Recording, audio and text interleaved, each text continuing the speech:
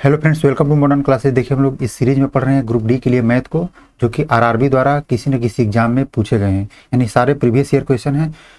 सारे क्वेश्चन को हम लोग कैसे सोल्व करेंगे जल्दी से जल्दी, यदि क्वेश्चन को एग्जाम में देखें हम तो कौन से क्वेश्चन में कौन सा नियम लगाना चाहिए, बस इसी के विषय में हम लोग इस वीडियो में डिस्कस करने वाले हैं, या कहें तो पूरे सीरीज में इसी विषय में डिस्कस करने वाले हैं। तो चलिए दोस्तों, हम लोग वीडियो को स्टार्ट करते हैं, लेकिन उससे पहले आपसे एक छोटा सा रिक्वेस्ट करेंगे। यदि आप चैनल पर नए हैं और सब्सक्राइब नहीं किए हैं तो चैनल को जरूर सब्सक्राइब कर लीजिएगा, बेल आइकन प्रेस करके लेटेस्ट नोटिफिकेशन को ऑन कर लीजिएगा। और देखिए, जैसे जैसे हम लोग आगे बढ़ रहे हैं तो सबसे पहले वीडियो को पॉज कीजिए और अपने से इस क्वेश्चन को सोल्व करने का प्रयास कीजिए। यदि उसको सोल्व कर पाते हैं तो अच्छी बात है, यदि कर लेते हैं तो भी देखना है आपको, और नहीं कर पाते हैं तो भी देखना है। और आपको यह बात भी एनालिसिस भी करना है कि जो आप बनाए हैं जिस मेथड से, उस मेथड से आपको आसान है या जो हम बता रहे हैं वो आसान है। दोनों में से जो अच्छा लगता है उसे आप फॉलो कीजिए, ठीक है। चलिए, तो हम स्टार्ट करते हैं पहले क्वेश्चन से। देखिए, इसमें क्या बताया जा रहा है कि एक कस्बे में जनसंख्या है, वह क्या है 10,000, यानी किसी गांव की जनसंख्या क्या है 10,000 है। यदि पुरुष की जनसंख्या में 5% और महिला की जनसंख्या में 10% की वृद्धि होती है तो जो नया जनसंख्या होता है वह 10,800 हो जाता है। तब पूछा जा रहा है कि जो कस्बा है उसमें महिलाओं की वर्तमान संख्या क्या है। थोड़ा समझिएगा, यहाँ पहले क्या था 10,000 था, बाद में बढ़ने के बाद 10,800 हो जाएगी। यहाँ क्या है, हो जाएगी कह रहा है। इसका मतलब जब 10,000 था तभी बताना है हमको कि महिलाओं की जनसंख्या क्या है। चलिए, जब ऐसे प्रश्न आते हैं तो हम इसको कॉन्सेप्ट वाला मेथड से न कहें, बल्कि कहें कि इसको फास्ट करने का कौन सा तरीका होगा, इसके विषय में बात करेंगे। यानी कि हम यक्स मान के भी बना सकते हैं और बिना यक्स मान के एलिगेशन मेथड से भी बना सकते हैं। जैसे हम यहाँ देख रहे हैं, मेल है और फीमेल है। मेल में 5% का वृद्धि हुआ है, यानी पुरुषों में, और फीमेल में 10% का वृद्धि हुआ है, ठीक है। अब देखिए, दोनों को मिलाकर देखा जाए ओवरऑल कितना वृद्धि हुआ है इस क्वेश्चन में। इसी चीज को हमको समझना है कि पहले क्या था भाई, 10,000 था, ठीक है। अब क्या हो गया, 10,800 हो गया है। यानी कि हम यहाँ देख रहे हैं कि जो ओवरऑल वृद्धि हुआ है 800 हो गया है, सॉरी 800 बढ़ गया है। अब देखिए, हम क्या कहना चाहते हैं कि महिला और पुरुष दोनों लोग बढ़े हैं, 800 मात्रा में बढ़े हैं। तो हम देखना चाहते हैं कि ये लोग ओवरऑल कितना परसेंटेज हैं, यानी 10,000 पर यह जो 800 बढ़ा है वह कितना परसेंटेज, इसी विषय में हम समझना चाहते हैं। देखिए, 800 कितना परसेंटेज है 10,000 का, यानी 10,000 से हम भाग देंगे फिर मल्टीप्लाई कर देंगे 100 से, तो यह बात परसेंटेज में निकल जाएगा। यहाँ से क्या निकलेगा भाई, तो हमारे पास निकलेगा क्या, 8%। यानी हम ये बात कह सकते हैं कि जो ओवरऑल हैं, यानी कि पहले मेल 5%, फीमेल 10%, ओवरऑल 8% हैं। इसको हम लोग कहते हैं क्या, एलिगेशन मेथड। क्या कहते हैं, एलिगेशन मेथड से इसको बनाया जाता है, ठीक है। देखिए, इन दोनों का जब डिफरेंट यहाँ लिखेंगे तो क्या आएगा 2, और इन दोनों का डिफरेंट क्या आएगा 3। हम क्या कहना चाहते हैं, 10 में से 8 घटा के 2 और 8 में से 5 घटा के 3। इस बात को आप समझने से पहले एक बात समझने का प्रयास कीजिएगा कि महिला और पुरुष का जो परसेंटेज वृद्धि हुआ है, इस बात को समझिए कि ओवरऑल वाला इन दोनों के बीच में होगा। जैसे कि 5 से अधिक है और 10 से कम है, ऐसा ही होगा, तभी आप समझ लीजिएगा कि सही ट्रैक पे आप जा रहे हैं।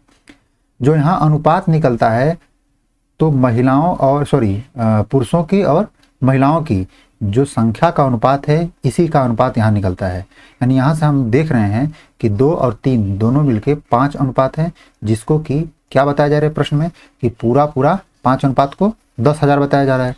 यानी कि महिलाओं को और पुरुषों को, जो महिला है और पुरुष है, ये दोनों को हम यदि जोड़ देते हैं तो 10,000, और उन्हीं दोनों का अनुपात क्या बताया जा रहा है, 5 अनुपात। तो हम कह देंगे कि एक अनुपात का जो वैल्यू होगा क्या होगा, 2,000। समझ पा रहे हैं क्या, यहाँ से यदि पूरा काटेंगे तो क्या आएगा हमारा 2,000, ठीक है। अब देखिए, हमको क्या पूछा जा रहा है, वर्तमान में महिलाओं की संख्या क्या है।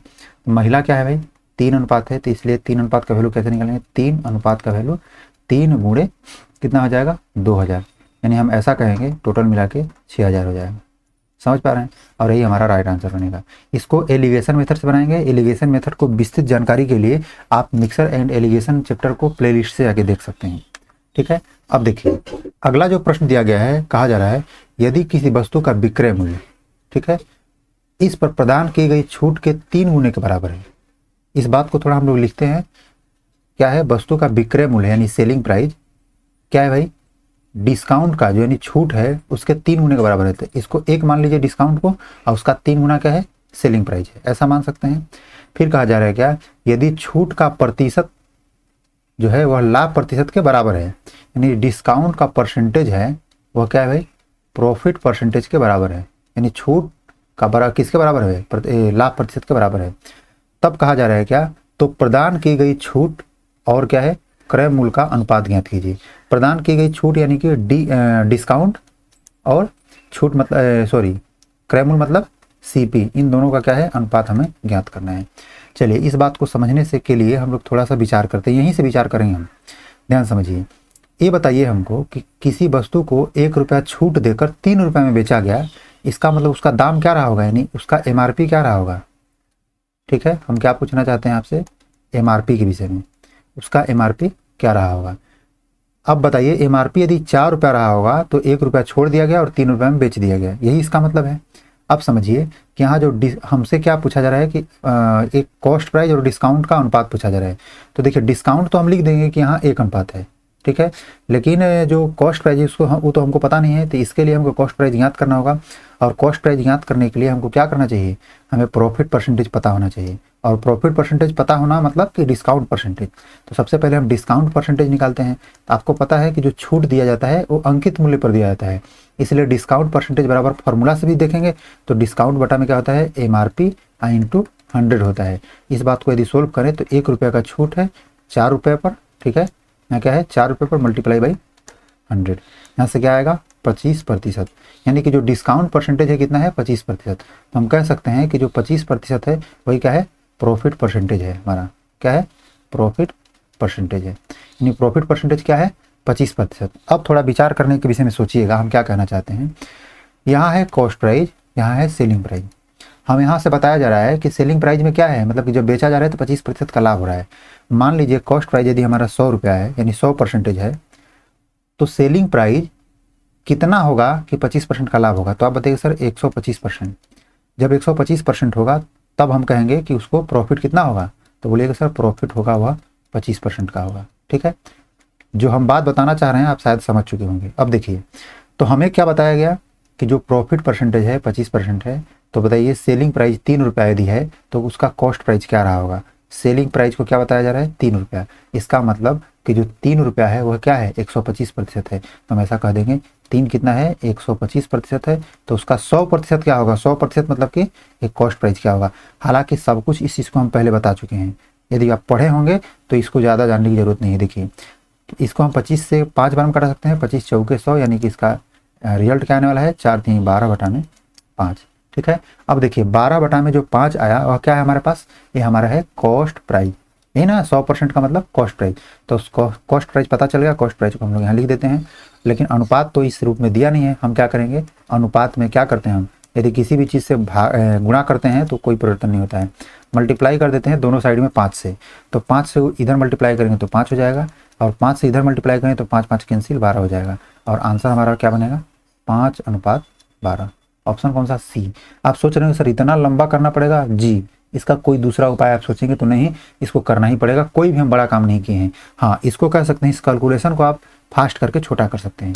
आगे देखिए क्या कहा जा रहा है कि P किसी काम को 4 घंटे में और Q R दोनों मिलके 3 घंटे में, और फिर P और R 2 घंटे में पूरा कर सकते हैं।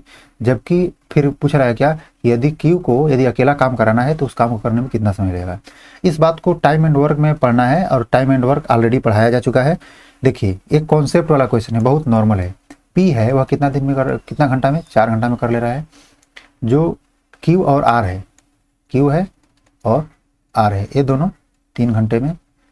P है और R है, ये दोनों 2 घंटा में।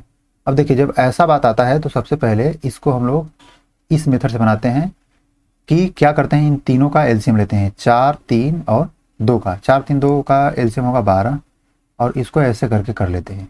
सबसे पहले इस डायग्राम को याद रखिए। देखिए यदि आप थोड़ा भी नहीं पढ़े हैं तो हमारे लिए बताना मुश्किल होगा, इसलिए यदि आप थोड़ा नहीं पढ़े हैं तो इसको मत देखिए, बल्कि जाकर जो टाइम एंड वर्क का पूरा वीडियो है उसको आप जाकर ध्यान से देखिए, तब जाके समझ में आएगा, क्योंकि हम हर बातों के यहाँ हम समझा नहीं सकते हैं। देखिए 4 से यदि बात करेंगे तो 4 3 12, 3 से 3 चौके 12, क्या करते हैं यहाँ से ऐसे करके भाग दे रहे हैं, यहाँ से भाग दे रहे हैं, फिर 2 से 6 बार में। यहाँ से यह बात क्लियर हुआ कि यहाँ जो होता है वह यूनिट प्रति घंटा या यूनिट प्रति डे आता है। यहाँ घंटा दिया इसलिए यूनिट प्रति घंटा, यानी P की क्षमता है 3 यूनिट प्रति घंटा काम करने का। ये दोनों मिलके 4 यूनिट प्रति घंटा काम करेंगे, ये दोनों मिलके 6 यूनिट प्रति घंटा काम करेंगे। यहाँ जो बीच में आता है यह क्या आता है टोटल वर्क, यानी पूरा काम क्या आता है पूरा काम, यानी कि पूरा काम है 12 यूनिट का, अब 3 यूनिट 1 घंटे में ये कर ले रहा है। ठीक है, अब देखिए हमसे पूछा क्या जा रहा है कि क्यू कितना समय में कर लेगा यदि अकेले करना हो तो ध्यान दीजिए कि पी की क्षमता क्या है, 3 है, पी की क्षमता 3 है। तो देखिए पी और आर की क्षमता क्या है, 6 है। इसलिए हम ऐसा कह सकते हैं, क्या क्या कह सकते हैं भाई कि पी और आर की क्षमता यदि 6 है तो इसका मतलब कि पी भी हमारा 3 है और आर भी 3 है। ठीक है, तभी तो दोनों मिलके 6 बने हैं। अब देखिए यदि आर यहाँ से 3 मिल गया इसकी क्षमता, तो इसकी क्षमता हम क्या कर ले रहे हैं, 3 यहाँ लिख दे रहे हैं। अब बताइए कि आर की क्षमता यदि 3 है तो क्यू की क्षमता क्या होनी चाहिए कि ये दोनों का क्षमता मिलाकर 4 हो जाएगा। तो आप बताइएगा सर क्यू की क्षमता 1 होगी। ठीक है, तो क्यू का क्षमता 1 होगा, यही बात हमको यहाँ से ज्ञात करना है। अब टोटल जो टाइम है उस टाइम को निकालने के लिए क्या करेंगे, पूरा वर्क है उसमें डिवाइड करेंगे उसके क्षमता से, तो उसके क्यू से काम कराना है तो क्यू से भाग देंगे तो हमारे क्या पास क्या आएगा, 12 घंटे का, और 12 घंटा हमारा राइट आंसर हो जाएगा। समझ पा रहे हैं? तो चलिए हम लोग आगे अब बढ़ के देखते हैं आगे हमारा कैसा क्वेश्चन आ रहा है। देखिए इस क्वेश्चन का सबसे पहले है कि यहाँ जो ऑप्शन दे दिया है, ऑप्शन गलती दे दिया है। ये आरपीएफ के कांस्टेबल वाले पद पे पूछा था वो 2019 में। ठीक ना, देखिए कैसे इसका क्या आंसर बनेगा। देखिए एक बुलेट ट्रेन रुके बिना 12 घंटे में अपनी यात्रा को पूरा करती है। ठीक है, अगर वह 30 किलोमीटर प्रति घंटा की तेजी से यात्रा पूरा करे तो 10 घंटा 40 मिनट में यात्रा पूरी कर लेगा। ठीक है, फिर क्या बताया जा रहा है कि यात्रा पूरा करने में 12 घंटे लगने पर ट्रेन की गति क्या थी, समझने का प्रयास कीजिएगा। जो ट्रेन है इसकी पहले रफ्तार पहले जो समय था वह 12 घंटा में तय कर ले रही थी। अब इसकी रफ्तार जब 30 किलोमीटर प्रति घंटा हो गया, ठीक है, क्या हम बता रहे हैं, जब इसका रफ्तार 30 किलोमीटर प्रति घंटा हो गया तब क्या हुआ, उसको जो समय लग रहा है 10 घंटा 40 मिनट का समय लग रहा है। इसको हम लोग घंटा में बदल लेते हैं तो अच्छा होगा। 40 मिनट को यदि हम बदलेंगे तो 40 बटा में 60 करना पड़ेगा, ये घंटा में बदल जाएगा, और 2 बटा में 3 आएगा, यानी कि कितना हो जाएगा 10 प्लस 2 बटा में 3, 3 दाम में 30, 2 32, 32 बटा में क्या हो जाएगा 3, इतना क्या हो जाएगा घंटा। यानी हम ऐसा कर सकते हैं कि पहले स्पीड कुछ था जिसमें 12 घंटा में तय कर रहा था, अब स्पीड 30 हो गया तो उसको 32 बटा में 3 घंटे का समय लग रहा है। यानी कुल मोटा मोटी इस बात को कहें कि 10 घंटा 40 मिनट यानी 10.5 घंटा से कुछ अधिक लग रहा है। आप बताइए कि जब किसी दूरी को तय करने में 10.5 घंटा लग रहा है और उसी दूरी को तय करने में 12 घंटा का यदि समय लग रहा है तो यह बात निश्चित रूप से तय है कि जो ए स्पीड है, ए स्पीड से यहाँ धीरे धीरे चल रहा होगा तभी जाके ज़्यादा समय लग रहा होगा। यानी 30 किलोमीटर प्रति घंटा से उसका रफ्तार क्या कह रहा होगा, कम रहा होगा। इसमें देखिए ऑप्शन में किसी ऑप्शन में 30 किलोमीटर प्रति घंटा से रफ्तार कम नहीं है, सारा रफ्तार अधिक है, इसलिए ये जो आंसर बन रहा है इसमें से कोई आंसर नहीं होगा। तो होगा क्या, इसको हम समझते हैं। देखिए सबसे पहले हम दूरी को निकाल लेते हैं। तो आपको पता है कि दूरी बराबर क्या होता है भाई, तो चाल गुणे समय क्या होता है, स्पीड इंटू टाइम। स्पीड हमारे पास क्या है भाई 30 का, और टाइम हमारे पास क्या है 32 बटा में 3 घंटे का। ये क्या है हमारा डिस्टेंस निकलेगा। समझ पा रहे हैं, हमको 12 घंटे में इसी दूरी को तय कराना है, इसी दूरी को 12 घंटे में तय करा के उसका क्या निकालना है, उसका समय निकालना, सॉरी चाल निकालना है। तो आपको पता है कि स्पीड बराबर क्या होता है डिस्टेंस अपॉन टाइम।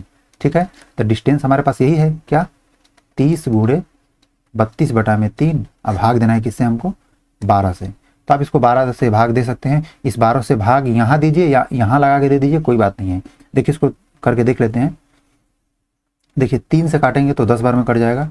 ठीक है, 4 से इसको काट लेते हैं, 4 3 12, 4 8 32, यानी 8 कितना हो जाएगा 8 दाम में 80 बटा में 3, 80 बटा में 3। इसको डिवाइड करेंगे तो कितना बार में कटेगा, तो 3 से 27 3 81, यानी 26 सही कुछ करके आएगा।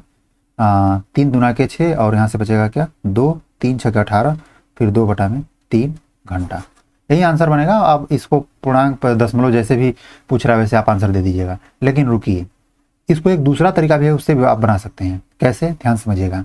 यहाँ जो दोनों का टाइम दे दिया है, क्या दे दिया है दोनों का टाइम, यानी हम ऐसा कर रहे हैं टाइम का रेशियो हम लिखना चाहते हैं।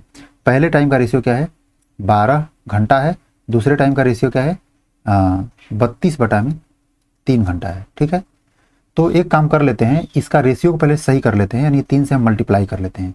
जब 3 से मल्टीप्लाई जब ही करेंगे तो इसका रेशियो ठीक ठाक हो जाएगा। 12 36, 3 से मल्टीप्लाई करेंगे तो क्या आ जाएगा 32। समझ पा रहे हैं। अब देखिए ये क्या है टाइम का रेशियो है। आपको पता होगा कि डिस्टेंस, देखिए डिस्टेंस क्या बोलते हैं, स्पीड बराबर क्या होता है डिस्टेंस बाई टाइम। यदि ए हमारा कांस्टेंट हो तो ये दोनों क्या हो जाएंगे, व्युत्क्रमानुपाती हो जाएंगे, ठीक है। यानी जो टाइम का रेशियो होगा उसका उल्टा क्या हो जाएगा, स्पीड का रेशियो। तो स्पीड का रेशियो हम क्या कर लेते हैं, उल्टा कर लेते हैं, 32 अनुपात क्या हो जाएगा, 36 हो जाएगा। इस नियम को हम पहले बता चुके हैं अपने जो कि सीरीज वाला वीडियो है, ठीक है। तो 32 अनुपात क्या हो जाएगा, 36। अब हम थोड़ा बात करते हैं कि हमारा जब उसका देखिए ये वाला क्या है, ये वाला जो टाइम है ये 10 घंटा 40 वाला है, 10 घंटा 40 मिनट वाला है। यानी कि उस समय का जो जब टाइम 32 लग रहा था तो उस समय स्पीड क्या थी, 30 थी, ठीक है। 32 टाइम जब टाइम लग रहा था तो स्पीड क्या था, 30 था। तब हमसे पूछा क्या जा रहा है, हमसे पूछा जा रहा है कि जब 32 इसका 36 इसका जब टाइम लगेगा तब इसका स्पीड क्या होगा, ठीक है। तो ध्यान से समझने का प्रयास कीजिएगा। यहाँ से यह बात हम क्लियर करना चाहते हैं कि जो स्पीड है 36 का मतलब यदि 30 बताया जा रहा है तो 32 का मतलब क्या होगा। तो देखिए 36 का मतलब 30 बताया जा रहा है तो इसका मतलब 1 का मतलब 30 बटा में 36, ठीक है, समझ पाए क्या, ठीक है। अब मल्टीप्लाई बाई 32, इसको करके देखिए आता है क्या, आता है कि नहीं आता है, इस चीज़ को देखिए अपने से करके। ऐसे कीजिए कि 6 से कीजिए, 6 6 के 36, 6 5 30 हो जाएगा। और फिर इसको कर लीजिए 3 से काट लेते हैं, 2 से 2 3 6 और 2 से 16, 16 5 क्या हो जाएगा 80, 80 बटा में क्या हो जाएगा 3। इस प्रकार से भी आप कीजिएगा तो उस तरह से आ जाएगा, ठीक है। तो हमें 32 अनुपात का यहाँ से वैल्यू निकलना है। अब दोनों में से कोई मेथड बना सकते हैं, दोनों मेथड आसान है, ठीक है। अगला देखते हैं, इसको देखिए अगला देखने से पहले इसको एक और तरीका से समझ लीजिए भाई। देखिए हम ऐसा कर लेते हैं कि पहले का स्पीड 1 इंटू टाइम 1 बराबर स्पीड 2 इंटू टाइम 2, इस तरह भी बना सकते हैं। जैसे स्पीड पहला हमको पता नहीं है, टाइम क्या है 12 घंटे का समय लग रहा है, और दूसरा स्पीड क्या है हमारे पास 30 का स्पीड है, टाइम क्या है तो 32 बटा में क्या है 32 बटा में 3 है। तो इस तरह से आप भाग दीजिएगा 12 से, जैसे कि यहाँ आपका आया है, कहाँ आया है भाई, तो यहाँ आया है 12 से भाग आया है ना, इस तरह से यहाँ से भाग दे के स्पीड 1 का वैल्यू निकाल सकते हैं। 3 मेथड बता दिए, जैसे समझ में आए वैसे आप बना लीजिए। आगे देखिए अगला, देखिए अगला जो हमारा प्रश्न है इसमें क्या बताया जा रहा है, बताया जा रहा है कि 12 सेंटीमीटर आधार वाला एक त्रिभुज का जो क्षेत्रफल है वह क्या बताया जा रहा है, 12 सेंटीमीटर भुजा वाले एक वर्ग के क्षेत्रफल के बराबर है, ठीक है। त्रिभुज है, इसका 12 सेंटीमीटर आधार है, एक क्या हमारा वर्ग है, इसका जो भुजा है वह 12 सेंटीमीटर है, यानी सभी क्या है 12 सेंटीमीटर हैं, ऐसा करके। और तो आपको पता ही है कि वर्ग का पूरा भुजा क्या होता है, बराबर होता है। इनका क्षेत्रफल बराबर कह रहा है, इसका मतलब हम कह देंगे इस त्रिभुज का क्षेत्रफल 1/2 आधार अगुने ऊंचाई, ठीक है। इस वर्ग का क्षेत्रफल क्या होता है, भुजा का स्क्वायर यानी कि a का स्क्वायर। हम मान को रख देते हैं, बस इसका आंसर आ जाएगा, क्योंकि क्वेश्चन हमको बता रहा है इसका क्षेत्रफल बराबर है। तो 1/2 आधार मतलब 12, एच मतलब छोड़ देंगे, यहाँ क्या है a का स्क्वायर यानी कि भुजा 12 है तो 12 गुणे 12। इसको काटने से देखिए इसको ऐसे काट सकते हैं, और एच बराबर क्या हो जाएगा भाई, इस 2 से मल्टीप्लाई करना पड़ेगा, तो 12 दूना के 24, ठीक है। 24 कौन सा ऑप्शन हो जाएगा, तो 24 सेंटीमीटर इसका राइट आंसर हो जाएगा। ये नॉर्मल सा क्वेश्चन था। अगला देखते हैं, देखिए ये क्वेश्चन बहुत ज़बरदस्त है, इसको आप एपी के तहत कह सकते हैं या नंबर सिस्टम के अंतर्गत ये सब आते हैं क्वेश्चन। देखिए कैसे इसको सोल्व करेंगे, क्या कहा जा रहा है पहले समझने का प्रयास कीजिए। इसको 2 मेथड से हम आपको बताते हैं। देखिए 1 है, फिर -n/1, फिर प्लस 1 है, फिर n-2 बटा में n हो गया है, फिर यहाँ से ऐसे करके आगे तक n पदों तक का योग हमसे पूछ रहे हैं, सॉरी n पदों तक का परिणाम पूछ रहा है। इसका मतलब कि इस रूप में, फिर देखिए यहाँ कुछ नहीं, 1 से 2 हो गया, फिर 2 से 3 हो गया, फिर 3 से ऐसे करके 4 होगा, जहाँ तक यानी n तक हम ले जाना चाहते हैं, जहाँ तक हमारा मन करे, कोई 10 तक कह रहा है, कोई 20 तक कह रहा है, जहाँ तक ले जाएंगे तो उसका बताइए कि उसका वैल्यू क्या आएगा, यानी उसका मान क्या आएगा। इसको बनाने के लिए 2 तरीका, पहला तरीका ऑप्शन से, ऑप्शन के अनुसार हम बनाएंगे, कैसे बनाएंगे समझने का प्रयास कीजिएगा।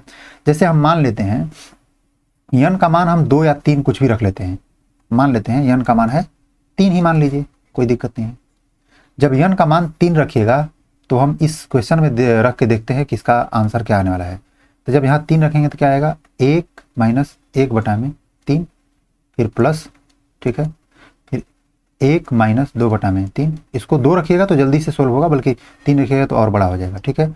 अब लेकिन करके देखते हैं आगे, 1 + 2/3, बस इतना ही तक हम करके देखते हैं, क्योंकि जब n का मान 3 रहेगा तो यह कितना तक जाएगा, 1 2 3 तक जाएगा। यदि n का मान 5 रहेगा तो ये कहाँ तक जाएगा, 5 तक जाएगा, समझ पा रहे हैं। और हर बार n का मान क्या हो जाएगा हमारा 3 ही रहेगा, यदि 5 रखना चाहेंगे तो 5 ही रहेगा। अब इसको सोल्व करते हैं, क्या आएगा भाई, 3 में से 1 घटेगा तो 2/3 प्लस 3 एक कम 3, 3 में से 2 घटेगा तो 1/, क्या हो जाएगा 1/3।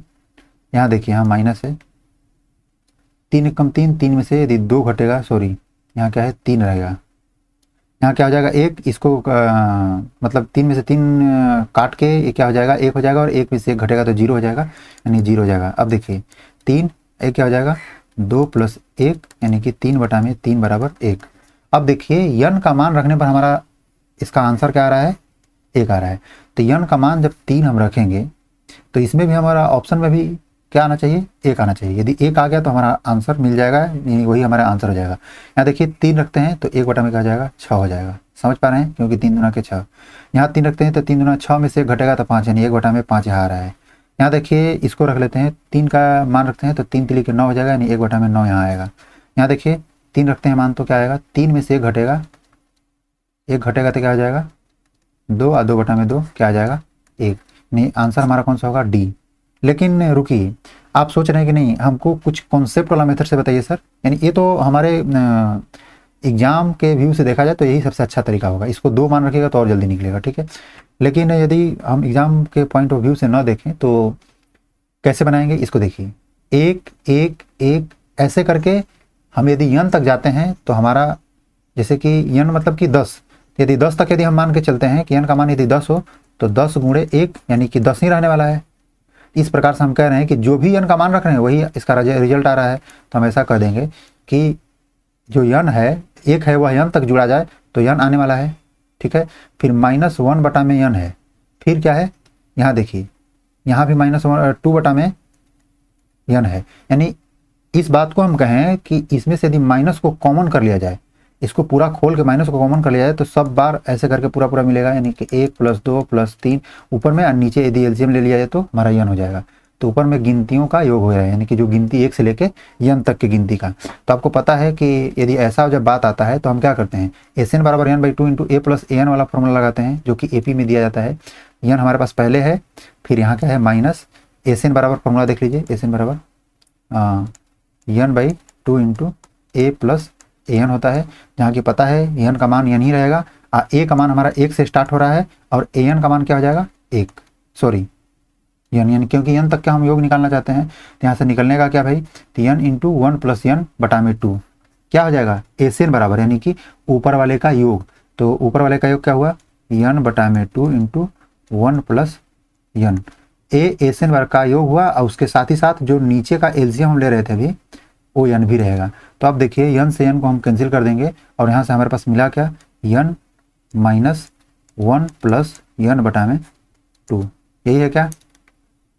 अब देखिए हम इसको यदि सोल्व करें तो क्या हो जाएगा 2n - 1 - n, अब बटा में क्या हो जाएगा 2 हो जाएगा। इसको देखिए 2n में से यदि हम n को घटाएंगे तो क्या हो जाएगा n - 1/2, यही हमारा राइट आंसर आ रहा है। तो इस तरह से आप बेसिक कॉन्सेप्ट बना सकते हैं, बाकी ये तो हम आपको तरीका बता ही दिए। चलिए आगे देखते हैं। ये देखिए क्वेश्चन बहुत ज़बरदस्त अच्छा क्वेश्चन है। कहा जा रहा है क्या कि 100 छात्रों वाली एक कक्षा का एक विषय में विशेष विषय में क्या कर रहा है प्राप्तांकों हैं उनका माध्य 25 बताया जा रहा है, लेकिन 50 छात्रों वाली जो दूसरी कक्षा है उसके विषय में प्राप्तांकों का माध्य 70 है। कह रहा है दोनों कक्षाओं का को यदि मर्ज कर दिया जाए, मिला दिया जाए तो उनका माध्य क्या होगा, ठीक है। बात समझिएगा, 100 स्टूडेंट है माध्य 25, 50 स्टूडेंट दूसरे कक्षा में माध्य 70, ठीक है। इन दोनों को मर्ज करके कितना बना दिया गया 150, और इनका क्या बोला जा रहा है माध्य क्या होगा, ठीक है। इसको बनाने के लिए हम 2 तरीका फिर से यहाँ बताते हैं। परीक्षा में कौन सा अप्लाई करेंगे सबसे पहले उसके विषय में सोचते हैं। मान लीजिए हम ऐसा कह रहे हैं कि 70 को 2 भाग में डिवाइड कीजिए, एक 25 और दूसरा, यानी कितना बचेगा भाई 70 में से 25 घट जाएगा तो 30, यानी कि 45 बचेगा क्या। तो हम ऐसा कह रहे हैं कि 50 स्टूडेंट का जो 70 माध्य है उसमें से यदि 45 हम निकाल लेते हैं सभी बच्चों से, 50 बच्चों से यदि 45 निकाल लेते हैं तो इनका भी माध्य क्या होगा 25 ही होगा।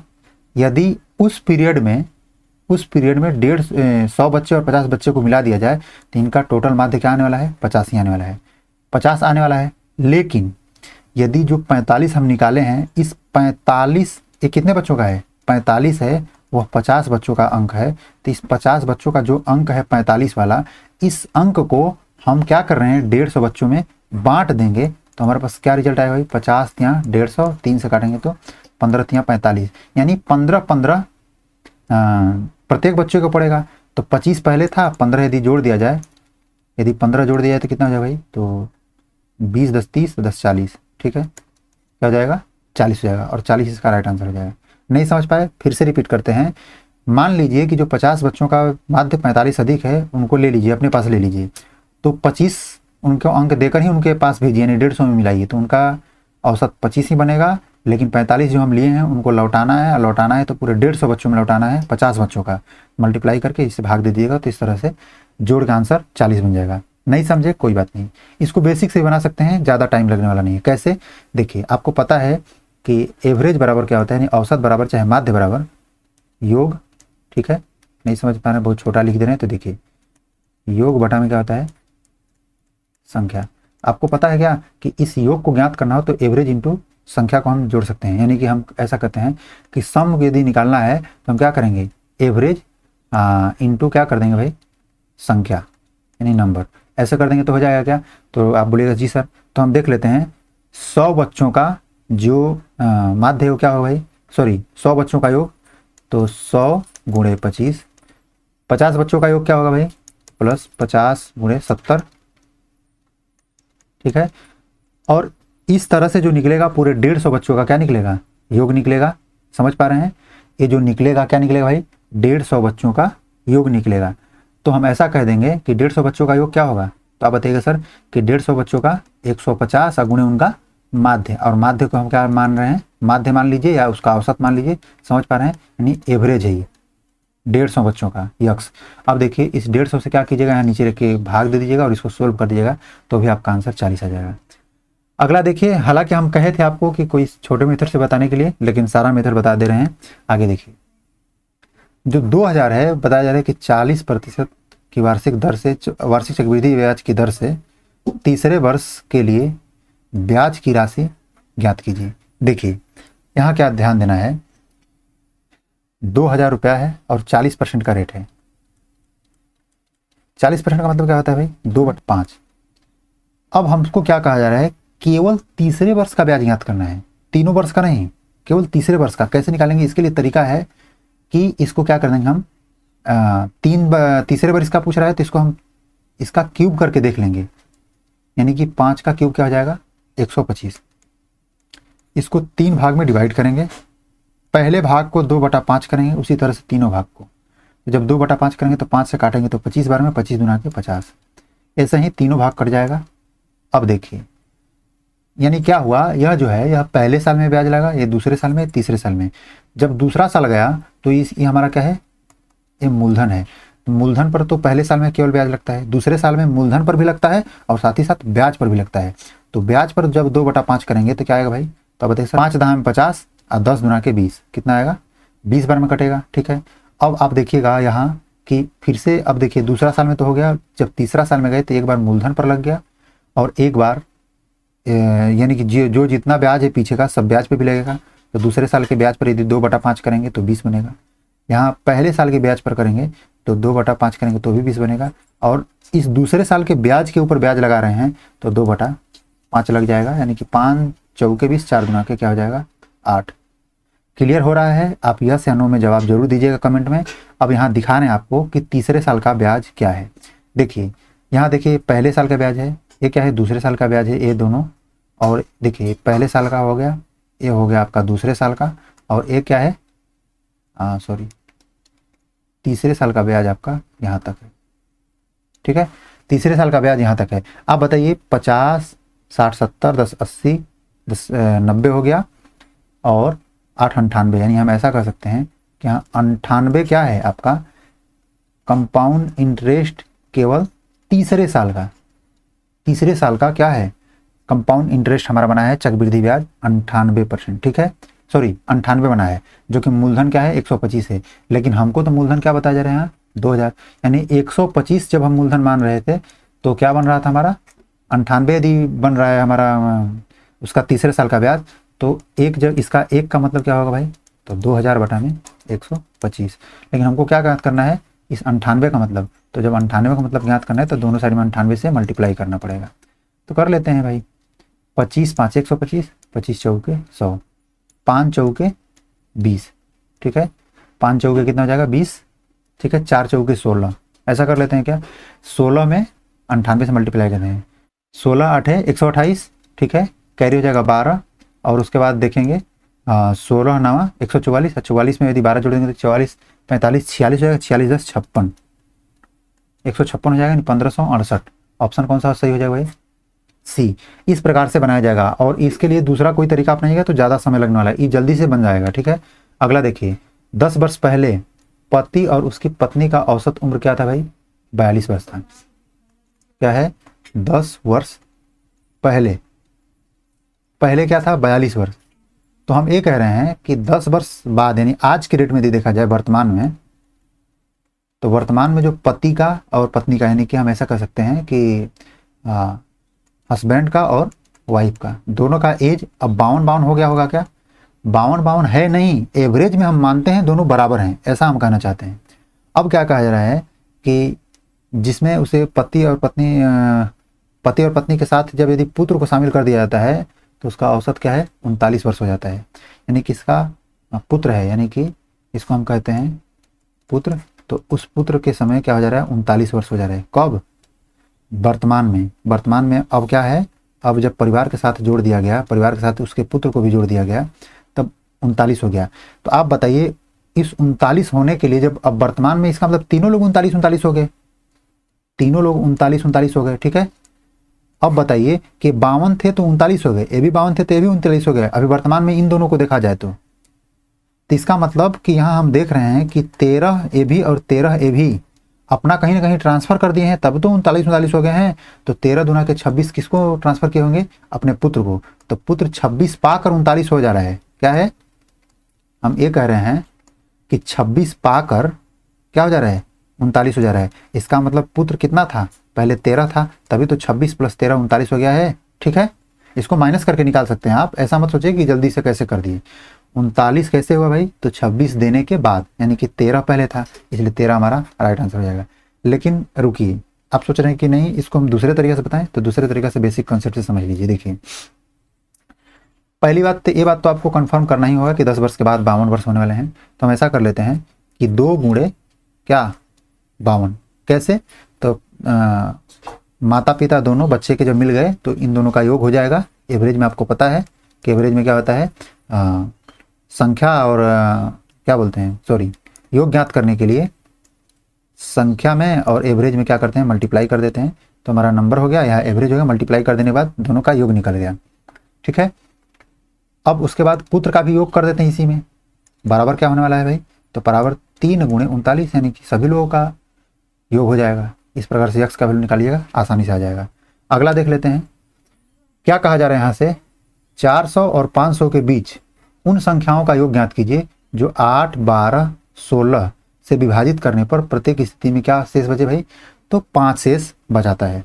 तो 8 12 और 16 को हम लोग क्या करते हैं, एलसीएम ले लेते हैं। 8 12 और 16 का एलसीएम ले लेते हैं, कितना हो जाएगा भाई, तो क्या हो जाएगा, 16 और 4 3 12, यानी कि यहाँ से तो 2 है, 16 और गुणे 3, 16 दूना 32, 16 3 48, यही होगा क्या, 8 12 16 है तो 48 नहीं होगा।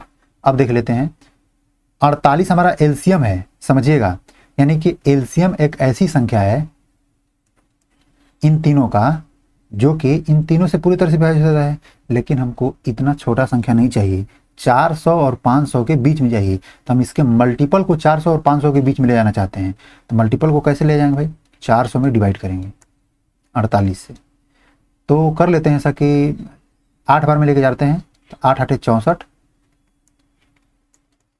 और 8 चौके 32, 32 अच्छा कितना हो जाएगा, 38 हो जाएगा क्या। तो यहाँ से देखिए, यानी कि हम ऐसा कर सकते हैं, यहाँ घटाइए पहले, घटाने के बाद यहाँ से बचेगा 6 और यहाँ से बचेगा 1 कैंसिल हो जाएगा, यानी 16 बच रहा है। यानी हम ऐसा कर सकते हैं कि जो 48 का 8वां गुणज है वो 384 हो रहा है। इसका मतलब 400 और 500, 400 और 500 के बीच में जो गुणा जाने वाला है वह 9वां गुणज आएगा, और 10वां गुणज यदि देखा जाए तो 48 का 10वां गुणज क्या आएगा, 480, यही आएगा क्या? इसका मतलब 9 और 10 दो ऐसा गुणज है जो कि 400 और 500 के बीच में आने वाला है, लेकिन 5 शेष भी बचाना है ना, तो यदि 5 शेष बचाना होता तो क्या करते हैं, यहाँ 5 जोड़ते, इसलिए हम 9वां गुणज में भी 5 जोड़ेंगे और 10वां गुणज में भी 5 जोड़ेंगे। लेकिन हमसे पूछा क्या जा रहा है कि 400 और 500 के बीच उन संख्याओं का योग ज्ञात कीजिए, है ना, मतलब जो बीच में संख्या जो दोनों आने वाले हैं उनका योग ज्ञात करना है। ठीक है, तो इसको कैसे ज्ञात किया जाएगा भाई, तो ध्यान से देखिए, 48 गुणे 9, इसका 9वां गुणज प्लस 5, फिर 48 गुणे 10 प्लस 5, इन्हीं का योग ज्ञात करना है। तो हम ऐसा कर लेते हैं कि दोनों पक्ष में यदि 10 जोड़ना है तो 10 हम बाद में जोड़ लेंगे। ठीक है, इसको हम हटा देते हैं, समझ पा रहे हैं। अब हम पहले इन्हीं को कर लेते हैं, कैसे करेंगे, देखिए 48 को कॉमन कर लेंगे और 9 प्लस क्या आ जाएगा 10, तो 10 9 19, 19 में यदि हम 48 से मल्टीप्लाई करते हैं तो क्या आ जाएगा 19 8 152, 2 कैरी हो जाएगा 15, 19 चौके 19 चौक 76, 76 10 86, 86 या 5 कितना हो जाएगा 91, और फिर 5 को हम और जोड़ देंगे। ठीक है, इस 5 को जोड़ेंगे, सॉरी 5 नहीं 10 जोड़ने वाले हैं क्योंकि दोनों जोड़ना है ना, 5 5 10 जोड़ देंगे तो यहाँ 922, 922 कहाँ है, ऑप्शन नंबर डी है। तो सिंपल सा क्वेश्चन है लेकिन इसको करना ही होगा ऐसे। आशा करते हैं कि इस वीडियो के माध्यम से हम जो भी कुछ आपको समझाने का प्रयास किए हैं आप समझ पाए होंगे। यदि ऐसा है तो आप हमारे वीडियो को लाइक कीजिएगा, दोस्तों के साथ शेयर कीजिएगा। आज के लिए बस इतना ही, मिलेंगे नेक्स्ट वीडियो में, तब तक के लिए आपका धन्यवाद।